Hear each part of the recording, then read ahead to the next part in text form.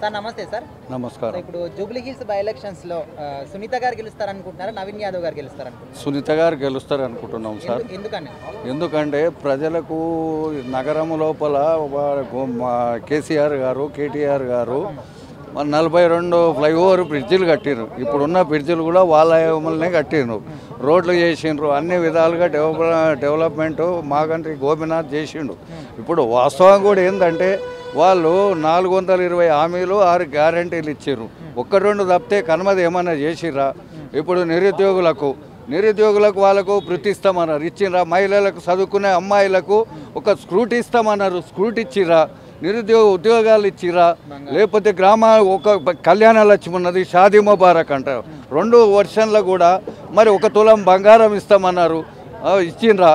ఇంకా చాలా విషయాలు ఉన్నాయి సార్ చెప్పుకుంటే. మేము పోతే ఇంటింటికి పోతే మేము షాద్నగర్ కాన్స్టిట్యున్సీ నుంచి వచ్చినాము. గ్రామాల లోపల రైతులకు ఎంత ఇబ్బంది అవుతుంది, యూరియా గురించి ఏమి ఇబ్బంది అవుతుంది, రైతులకు వ్యవసాయాలకు ఏమి ఇబ్బంది అవుతుందో, నిరుద్యోగులకు ఏమి ఇబ్బంది అవుతుంది, చదువుకున్న పిల్లలకు ఏమి ఇబ్బంది అవుతున్నది, చాలా విషయాల్లో సఫర్ అవుతున్నారు. వీళ్ళు ఏది చేస్తారు, రేవంత్ రెడ్డి గారు ఏమి చేస్తారంటే కూడా గ్యారంటీ లేదు. రేవంత్ రెడ్డి గారు పుట్టినూరు కాడికి వెళ్ళి భార్య కాడికి వెళ్ళి మాకు అవగాహన ఉంది, 50 years ఎక్స్పీరియన్స్ ఉన్నది, వాళ్ళ కుటుంబం ఏంది ఏంకంత. జైపాల్ రెడ్డి గారు ఉత్తమ పార్లమెంటేరియన్, వాళ్ళ సొంత మామను కూడా లెక్క చేయలేదు. ఇలా ఆయన గురించి చెప్పుకోవాల్సినంత పరిస్థితి లేదు. వాళ్ళ భార్యను కూడా మేమంతా ఎత్తుకొని దించిన వాళ్ళం. వాళ్ళ కుటుంబం గురించి వాళ్ళ రాజకీయం గురించి మేము తెలియని వాళ్ళం కాము, పక్క కాన్స్టిట్యున్సీ మాది. కాబట్టి ఆయన అన్ని ఉత్తర ప్రకల్పాలు, భారతంలో ఉత్తర ప్రకల్పాలు కొట్టినట్టు కొట్టిండు. ఆయన క్యాబినెట్లోనే ఆయనకు సరిగా లేరు. క్యాబినెట్ వాళ్ళని చెప్పమనండి, మంచి సీనియర్ ఎక్స్పర్ట్స్ ఉన్నారు, సీనియర్ మంత్రులు ఉన్నారు, వాళ్ళని కూడా చెప్పమనండి ఏం చేస్తున్నారు. వాళ్ళు ఎవరి స్వేచ్ఛ వాళ్ళకి లేదు, ఎవరి మీద ఒకరికి అవగాహన లేదు, ఎవరి మీద ఒకరికి నమ్మకం లేదు. ప్రజలకందరూ అర్థమైపోయింది. మేము పోతుంటే మంచిగా ఆదరిస్తున్నారు, పలకరిస్తున్నారు, కూర్చోమంటున్నారు, నమ్రతగా ఓటు అడుగుతున్నాం. ఇక సరిగా నవీన్ కుమార్ యాదవ్ గారి గురించి అందరూ చెప్తున్నారు, మేము 280 బూత్లో తిరుగుతున్నాము, మా ఏజెంట్లను కూడా వాళ్ళు ఇక్కడ లోకల్గా ఉన్న వాళ్ళని కూడా భయపట్టిస్తున్నారు. కానీ మేము అన్ని చూసిన వాళ్ళము, నమ్రతగా ఓటర్స్కు సంజాయిస్తున్నాం, చెప్తున్నాం. మేము కూడా తిరిగితే ప్రచారం చేయొద్దని కూడా వాళ్ళు చెప్తున్నారు. మీరు ఎందుకు వచ్చిర్రు, మీకేం అవసరం అంటే, వచ్చిన వాళ్ళు మంత్రులు, ఎంపీలు, ఎమ్మెల్యేలు, కౌన్సిలర్లు, చైర్మన్లు వాళ్ళందరూ ఎందుకు వస్తున్నారు, వాళ్ళని రానియకుండ్రి, మేము కూడా రామని చెప్తున్నాం. స్వచ్ఛందంగా ప్రజలు ఓట్లు వేయాలి. మీరు ఇల్లు తిరిగి అక్కడిక్కడ తిరిగి కార్యకర్తలను, టీఆర్ఎస్ కార్యకర్తలను సపోర్ట్ చేయడం ఏంది పద్ధతి కాదు, ఇది మంచిది కాదని కూడా ఈరోజు కూడా మేము వాళ్ళతోటి ఘర్షణ పడడం జరిగింది. వాళ్ళు ఇక సావధానంగా మంచిగా అర్థం చేసుకున్నారు. చూడతామి మా ప్రచారం మేము చేస్తున్నాము, మీ వ్యక్తిగతం మాకు అవసరం లేదు. మేము కేసీఆర్, కేటీఆర్, సునీత భర్త చనిపోయింది కాబట్టి ఆమెకు న్యాయపరంగా మరి ఇప్పుడు ఎందుకంటే ఇంకోటి ముఖ్యమైన విషయం చెప్తున్నా, ఇప్పుడు రేవంత్ రెడ్డి గారికి కనివిప్పు కావాలంటే ఈ కాన్స్టిట్యున్సీ గెలిచి తీరవాలి. వీళ్ళు ఇచ్చిన హామీలని వాళ్ళు చేస్తలేరు కాబట్టి ఇప్పుడు సునీత గారు గెలిస్తే కళ్ళు తెరిచి ఇచ్చిన హామీలన్నా చేస్తారా లేకపోతే తప్పుకుంటారా, అది ఇంకా సిరి విషయము. దయచేసి ఈ అవకాశము మీ అందరికీ మీరు మాకు ఇచ్చినందుకు ఇంకా చాలా విషయాలు చెప్పేది ఉన్నది. కాబట్టి మళ్ళీ అవకాశం ఉంటే రేపు కానీ ఎల్లుండి కానీ మీరు మాకు అవకాశం ఇస్తే, మరి మీ ఫోన్ల నెంబర్ ఇస్తే క్లియర్గా అంతా మేము ఇప్పుడు తిరుగుతున్నాము, చార్ట్అవుట్ చేస్తున్నాము అన్ని విషయాలు. మాకైతే 100% ఆమె 1,00,000 మెజారిటీతోటి గెలుస్తుందని అవగాహన ఉన్నది. ఇప్పుడు ఏముందంటే నవీన్ యాదవ్ గారి కాన్స్టిట్యున్సీ ఏరియా, వాళ్ళు ఉన్న ఇంటి ఏరియా, వాళ్ళ బంధువులు ఉన్న ఇంటి ఏరియాలనే మేము ఇంత టఫ్గా తిరిగి మాకు ప్రజల ఆదరణ ఇస్తూ, సార్ మీరు రాకండి మమ్మల్ని ఇబ్బంది పెడుతున్నారు, భయపట్టిస్తున్నారు. ఈవెన్ మా టీఆర్ఎస్ కార్యకర్తలు కూడా భయపడుతున్నారు. అయినా మేము ఒంటికి వెళ్ళి మా ఆలోచనతో మేము చెప్తున్నాం, మాకు చక్కటి ఆదరణ ఇస్తున్నారు. నా రీడింగ్లో అయితే 50 నుంచి 1,00,000 వరకు సునీత గారు గెలుస్తారు అనేది 100% నమ్మకం ఉన్నది. ఇంకా సెటిలర్స్ ఉన్నారు, సెటిలర్ ఓటర్స్ను కూడా వాళ్ళు భయపట్టిస్తున్నారు. మీరు ఓటేస్తారా ఏంది, లేకపోతే మిమ్మల్ని ఇక్కడ ఇవ్వనేము, మీకు ఏ ఫండ్స్ ఇవ్వనేము, రేషన్ కార్డులు క్యాన్సిల్ చేస్తాం, ఇంకేదన్నా వచ్చారుంటే డెవలప్మెంట్ ఇవ్వము, రోడ్లు వేయము, అవి వేయము, గవర్నమెంట్ అంతా మాదన్నారు. వాళ్ళ అయ్యే జాగిరా, వాళ్ళ తాత జాగిరు సార్.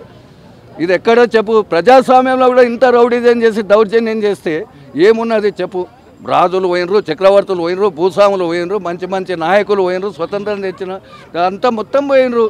తెలంగాణ కోసం పోరాటం చేసిన మహాయోధులు కూడా అంతకంటే ఎక్కువ వీళ్ళు రౌడీజం చేసి ఏం చేస్తారు చెప్పు. ఈ స్వేచ్ఛా ప్రపంచం లోపల, స్వేచ్ఛా ప్రభుత్వం లోపల స్వేచ్ఛ ఉండాలి అందరికీ.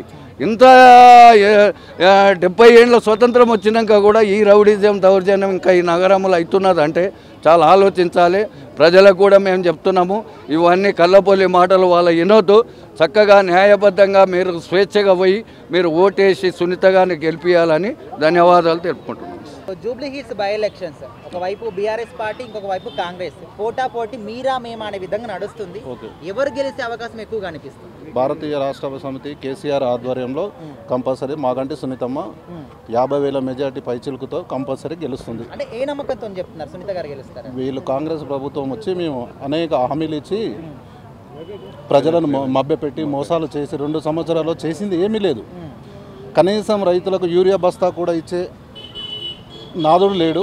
మంత్రులు వాళ్ళు సంపాదించుకోవడమే తప్ప ప్రజలకు ఇది చేయాలనే అవగాహన కానీ కల్పితం కానీ వాళ్ళకు ఎలాంటి మన ప్రజల మీద ప్రేమ లేదు. అలాంటప్పుడు వాళ్ళని ఏ రకంగా గెలిపిస్తారు ప్రజలు? ఫ్రీ బస్ ఇచ్చామని చెప్పేసి, లేకపోతే ఇందిరమ్మ ఇల్లు ఇచ్చామని చెప్పేసి, సో ఈ విధంగా కొన్ని చెప్తున్నారు. ఇందిరమ్మ ఇళ్ళకు మా ఊర్లోకి వస్తే మేము చూపిస్తాం ఎన్ని ఇండ్లు ఇచ్చారు, ఏమి ఇచ్చారు, ఏం డబ్బులు ఇస్తారు, ఏమి ఇస్తారు, మేమంతా ప్రత్యక్షంగా ఈ నియోజకవర్గంలో ఒక్క ఇల్లు చూపిమనండి, ఒక్క ఇల్లు ఇచ్చినట్టు చూపిమనండి. అదే మాగంటి గోపీనాథ్ గారు ఉన్నప్పుడు 3,600 డబుల్ బెడ్రూమ్లు కేసీఆర్ గారి ఆధ్వర్యంలో ఇవ్వడం జరిగింది. ప్రజలకు 24 గంటలు అందుబాటులో ఉన్న మాగంటి గోపీనాథ్ గారిని కంపల్సరీ వాళ్ళ భార్యను సునీతమ్మ గారిని అఖండ మెజార్టీతో ప్రజలు గెలిపిస్తారు. రేషన్ కార్డులు ఇవ్వలేరు అని వాళ్ళ అవగాహన రహిత్యం వాళ్ళది. కాళేశ్వరంగా కూలిపోయిందని ఎలాగ చెప్తారో రేషన్ కార్డులు ఇవ్వలేమని కూడా వాళ్ళ బూటకు అబద్ధాల కాంగ్రెస్ అది. ఆల్రెడీ రేషన్ కార్డులు ఎన్ని ఇచ్చినామనేది అసెంబ్లీ సాక్షిగా మన బట్టి గారు, ఉత్తమ్ కుమార్ రెడ్డి గారు అసెంబ్లీ సాక్షిగా చెప్పారు కదా, చెప్పారా లేదా? మరి ఆ అవగాహన వాళ్ళకు ఉండాలి. అది ఇంకా అంతకన్నా మేము ఎక్కువ చెప్పదలుచుకోలేదు. ఇప్పుడు రీసెంట్గా రోడ్లు వేయటం కానీ అంత హంగామా బాగా ఉంది. హంగామా కంటోన్మెంట్ బై ఎలక్షన్ అయినప్పుడు కూడా మేము ఇది చేసామని అది మసిబూజుడి మారడికాయలు లెక్క చెప్పారు. అక్కడ చేసింది ఏం లేదు, ఇక్కడ కూడా గదే పని. కాంగ్రెస్ 420 హామీలు, 6 గ్యారంటీలు, 12 హామీలు ఇచ్చారు. అందులో ఒక బస్సు ఒకటి అన్నారు. బస్సు కూడా భర్తకు భార్య దగ్గర ఫ్రీ అంటారు, భర్త దగ్గర, కొడుకుల దగ్గర, పిల్లల దగ్గర డబల్ ఛార్జీలు వసూలు చేస్తున్నారు. 10 రూపాయలు ఫ్రీ ఇస్తున్నారు, 100 రూపాయలు గుంజుతున్నారు. ఆర్టీసీ అమ్మే పరిస్థితి ఉంది. ఇవాళ CBSలో ఆల్రెడీ టెండర్ వేసి 400 కోట్లు కబ్జా చేశారు, కాజేశారు. అది పబ్లిక్ తెలియనే తెలియదు. మళ్ళీ ఇక ఫ్రీ పాలసీ చేయడానికి ఇస్తున్నట్టు వాళ్ళు. ఓకే సార్, అట్లాగే హైడ్రా ఏమన్నా జూబ్లీ హైడ్రా 100%, 100-200% ఇవాళ రియల్ ఎస్టేట్ మీద కానీ మారుమూల గ్రామాలలో కానీ అంతటా పడ్డది హైడ్రా ఎఫెక్టు. రియల్ ఎస్టేట్ పూర్తిగా కుప్పకూలింది. ఐటీ కంపెనీలన్నీ బయటికి వెళ్ళిపోతున్నాయి.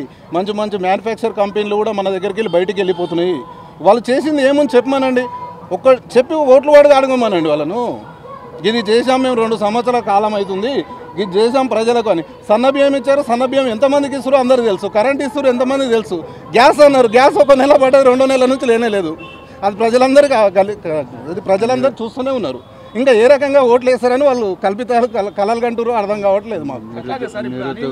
నవీన్ యాదవ్ అనే ఆయన 2 సార్లు ఇక్కడ ఓటమి చూసినా కూడా జనం మధ్య ఉన్న గెలుస్తారనే టికెట్ ఇచ్చారా? ఏ లెక్కన ఆయనకి టికెట్ ఇచ్చారంటే కాంగ్రెస్? ఆ పార్టీ విజ్ఞతకే వదిలిపెట్టాలి. అది మాకు సంబంధం లేదు. బీఆర్ఎస్ పార్టీ వాళ్ళ పార్టీ అంతర్గతం వాళ్ళు ఏ లోపల ఏమి కుమ్మక్కయ్యారో, ఏ రకంగా ఇచ్చుకున్నారో వాళ్ళకే తెలియాలన్నది.